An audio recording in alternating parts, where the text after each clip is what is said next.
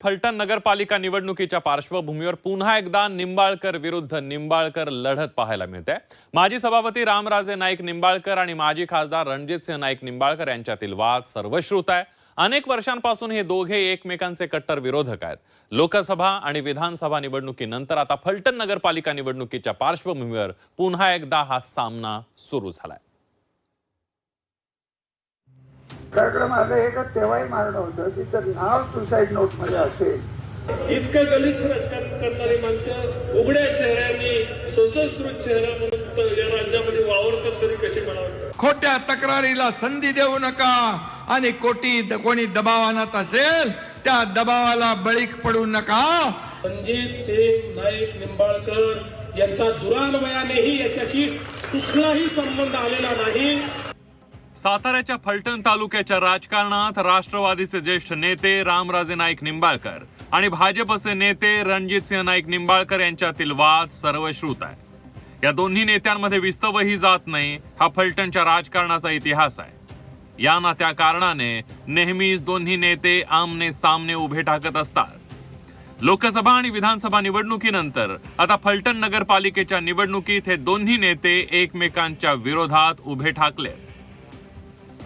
रणजितसिंह नाईक निंबाळकर यांचे बंधू समशेर सिंह हे भाजपकडून नगराध्यक्ष पदासाठी निवडणुकीच्या रिंगणात आहेत, तर त्यांच्या विरोधात माजी सभापती रामराजे नाईक निंबाळकर यांचे चिरंजीव अनिकेत राजे हे शिंदेच्या शिवसेनेकडून नगराध्यक्ष पदासाठी मैदानात उतरले।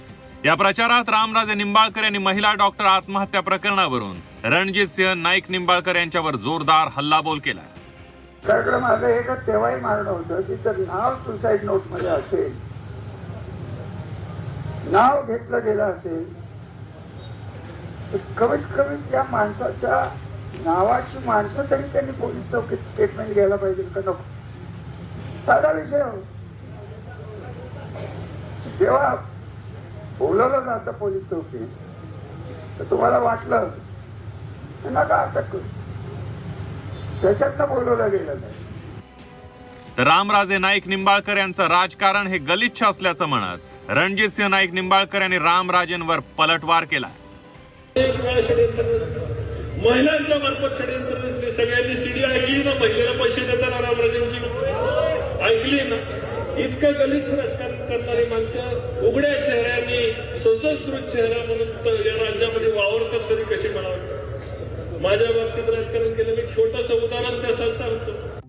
फलटण नगरपालिकेच्या प्रचारामध्ये रामराजेंच्या मुलासाठी उपमुख्यमंत्री एकनाथ शिंदे यांनी सभा घेतली। या सभेत शिंदे यांनी महिला डॉक्टर आत्महत्या प्रकरणात पोलिसांवर दबाव आणल्याचा आरोप करत नाव न घेता रणजितसिंह निंबाळकरांना इशारा दिला। मी अधिकाऱ्यांना सांगू इच्छितो, कुठलंही बेकायदेशीर काम करू नका, खोट्या तक्रारीला संधी देऊ नका आणि कोणी दबाव आणत असेल त्या दबावाला बळी पडू नका। आणि जर आमच्या कार्यकर्त्यांवर अन्याय झाला तर गाठ एकनाथ शिंदे बरोबर आहे।